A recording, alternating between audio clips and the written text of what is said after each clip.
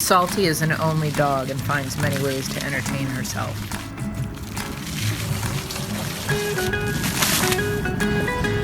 Hey, Salty, where you going with that stick?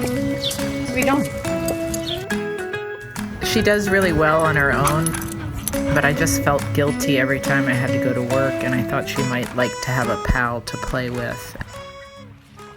I really wasn't sure how they'd get along. Lars was found in a cardboard box during a blizzard. So he was sort of motherless. He'd never had a mother. Salty was on high alert, kind of like an older sibling that never wanted a baby. Salty, where's the kitten? I had a few days of like constant monitoring of the two of them. So I left for a couple of hours, and when I got back, I sort of, had my fingers crossed, and I walked in and they were in my bedroom.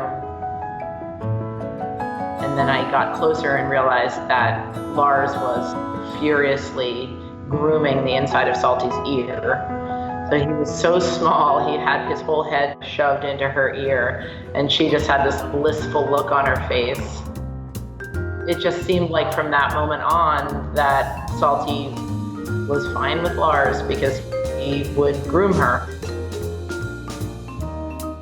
The grooming generally happens just to her face, but then moves to her ears.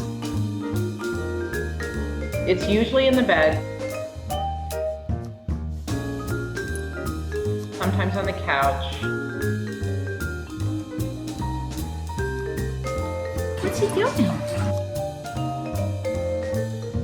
What usually happens is that Salty's laying on the bed and Lars comes up and hovers nearby, and then Salty will nudge him a couple of times and maybe lick him once or twice to initiate it, and then he will kind of get the hint and start grooming her.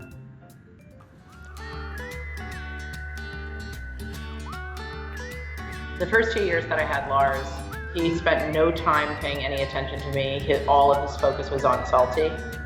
Salty comes back into the house, like Lars immediately sniffs all of her paws, almost like to see where she was. They have this game where when Salty is laying at the foot of my bed on the ground, Lars will go under the bed and just poke him with his hand. Salty will roll on his back, her back, like a potato bug. Where's Lars? Where's this monkey? So it's almost like she doesn't know that Lars is a cat, and Lars definitely doesn't know that he's a cat because he's only known dogs.